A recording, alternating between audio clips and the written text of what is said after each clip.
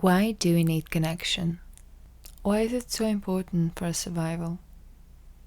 Hello, I'm Eva, and you're listening to Connected with Eva, your podcast on human connection. When we connect with people, it does more than just make us feel good. It has real tangible benefits. Obviously, strong connection boosts happiness, reduces feelings of loneliness, which is the reason why I started the podcast.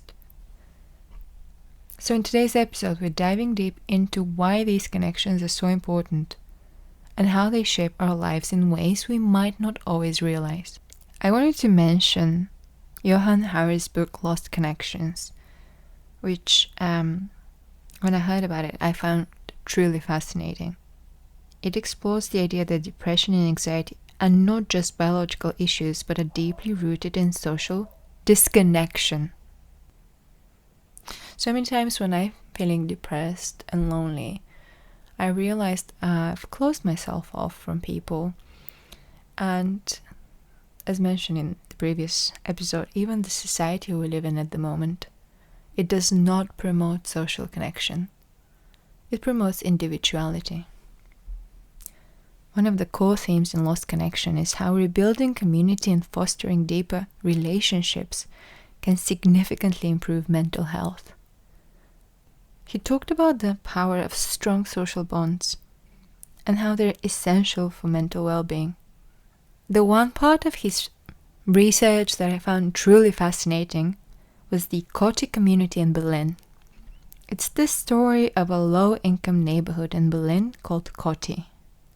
The community, comprised of immigrants and working-class Germans, was facing economic hardship and social isolation. People suffered with depression, anxiety, and a sense of hopelessness, which is something I really want to talk about in a different episode, and that's the relationship between loneliness and lack of purpose, a feeling of hopelessness. In response, that community came together to fight against rising rent prices. And they set up a protest movement that eventually turned into a vibrant, tightly connected neighborhood.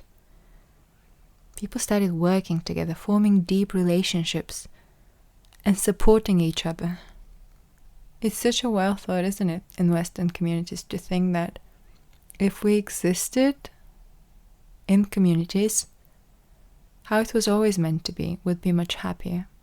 If you participate in your community, and if you create a community to begin with, there is a sense of shared purpose, and that can dramatically reduce depression and anxiety. Harry concludes that mental health is not just an individual issue, but a collective one. When people feel powerless and disconnected, they suffer. But when they work together, when they get together to create a common purpose, their well-being improves.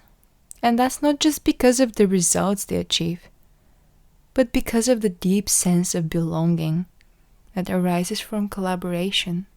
And that's how we started off as humans, in communities. We had our roles, which created our sense of purpose. We had a sense of belonging with these communities. And it's not like nowadays when we mostly struggle alone. We struggle and we try to find these purposes and connection, and we don't really know where to look. Essentially, our survival has always depended on forming strong social bonds. Think about it. Early humans, in small groups, had to rely on each other for protection, food, and survival. The more we cooperated and built relationships, the more we were likely to thrive. One fascinating thing is the role of oxytocin, and that's often called the love hormone. It's released when we bond with others, when we hug, connect emotionally, or even during positive social interactions. Oxytocin makes us feel good. It helps us reinforce social connections. It's like nature's way of making sure we keep building those ties, reminding us of their importance. Do you trust people? How easy do you find trusting others? Whether it's through a hug, a shared laugh, or a deep conversation, We are biologically pushed to connect. And it feels great because it strengthens those bonds that have been vital for survival. When you're feeling stressed, anxious, or down, just having someone you trust around can help you feel heard, understood, and less alone. It's like having a safety net that softens life's rough patches.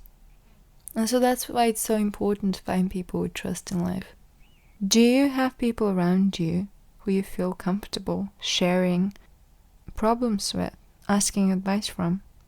We are not created to fix everything on our own. Something about me. A few years ago, I had a health scare. My family really got together to be there for me.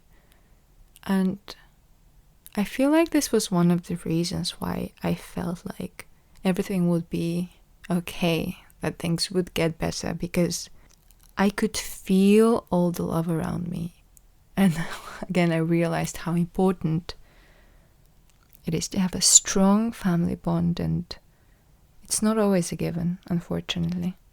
Whether it's family, friends, social bond, you can bounce back quicker. You can build resilience. Simply put, good connections with others can help lower stress, ease anxiety, and even prevent depression. Having a solid support system means you're more likely to feel stronger and more capable and loved. Do you feel at ease when you're around someone you love and you trust? And I don't just mean emotionally, I mean physically. Do you get that feeling that your body, your physical body, likes being around them? There's evidence that social support helps reduce inflammation and cortisol levels, which in turn keeps our hearts healthier. In society, we are isolated. We are individualistic a lot of the times, and we keep pushing on our own, thinking that we should be fine like that because that's what we're made to believe is the new way to be, the new way to exist. Building and maintaining social strong bonds is just as important to keeping our hearts and immune system in check. If you want to live longer and feel better, connecting with others should be a priority. Building connections with others is one of the most powerful ways we grow as individuals. When we connect with people, we open ourselves to new ideas, experiences, and perspectives. These interactions challenge us to think differently, question our assumptions, and step outside of our comfort zones.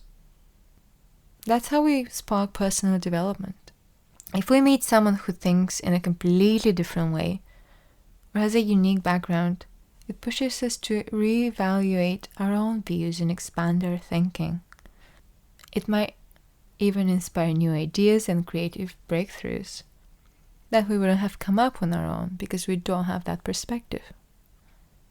Creativity thrives in environments where we're exposed to new ways of thinking, and building connections is a great way to find that environment. Relationships often give us a sense of purpose, whether it's a friend, mentor, and it's very important to have a mentor, or even a colleague. Connecting with others helps us feel part of something bigger than ourselves. We realize that we're not alone in our struggles and aspirations. And in turn, we find ourselves more creative and more grounded in what truly matters to us. Studies have shown that chronic loneliness can increase the risk of depression, anxiety, and even physical health problems. I had a lot of that going on. Work wasn't going well. My personal life wasn't going particularly well either, and I kind of felt like I didn't have a purpose at that point. Like everything I wanted to do was not happening for me. And yeah, they're friends and family, but I felt like I wasn't truly connecting, and it was a pretty difficult time. People who feel lonely are more likely to develop depression, and some studies show that loneliness increases the risk of developing depression by 40%. Anxiety too is linked to isolation, with the lack of social interaction causing heightened stress levels and making it harder to manage those feelings. Obviously, here is where things get tricky. Technology. While social media, texting, and other online platforms offer a way to stay connected, they can also deepen feelings of loneliness because they create this false sense of connection. A study published in Computers and Human Behavior found that increased use of social media was linked to feelings of loneliness and depression, as people often suffer from FOMO, fear of missing out, on the perfect lives others appear to be having, which I am a victim of myself. It's so easy to get lost scrolling different social platforms and thinking, oh, look at the life this person is having and it's so perfect, and look at their perfect partners and perfect children, perfect bodies and perfect jobs. The thing is, you only see what people show, and it's always polished. It's always polished to perfection to look better, because by presenting happy, perfect lives. So it's so important to know that what you see out there is not necessarily what's true. I mean, if you see my own Instagram account, it probably looks perfect. I don't know.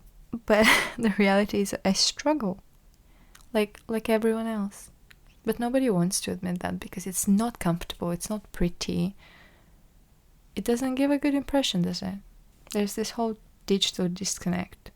While it might seem like we're connecting through screens, the interactions we have can feel shallow, leaving us more disconnected in the long run. And that creates a deeper sense of loneliness, which in turn leads to depression. Really listen to people. The amount of times people have conversations and are only waiting to say what's on their mind, not really listening to what the other person is sharing.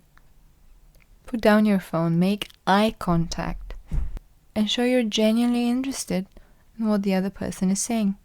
People love most to be heard, to feel heard, and it's one of these most important foundations in building trust. And try to be real and vulnerable. That's difficult, I know. It's difficult for me, trust me.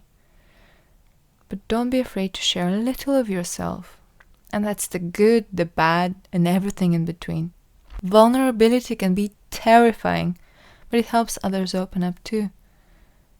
And it deepens connections faster than just staying surface level. Nothing meaningful is built with surface level interactions. Relationships don't just happen overnight. We have to make time for the people we care about. Message people. Send them a quick, how are you feeling today? You okay? Do you want to grab a coffee? Check in with people you care about. Showing up consistently makes a huge difference. Find your tribe. Surround yourself with people who get you.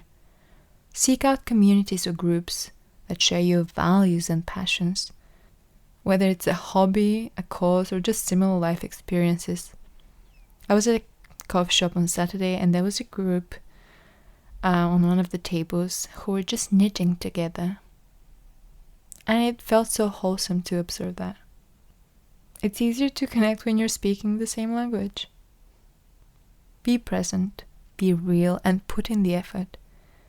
The more you invest in others, the more you'll get out of it. So who are you really close to in your life? Friends? Family member? Maybe someone you've known for years. Actually, last week I met someone who I haven't seen for about 7 years, and I'd been thinking about them. And it just prompted a desire to rebuild that connection, because I realized the importance of it and how also difficult it is in society nowadays, because everybody's just so busy all the time. You'll send a message to someone, do you want to meet for a drink or for coffee? And they'll agree, and then you won't see them for 2 months. If you're lucky, you'll see them in 2 months. So this is on my priority to-do list for 2025. Build and maintain solid connections. Thank you for listening. What are your thoughts on this episode? Share below. Until next time.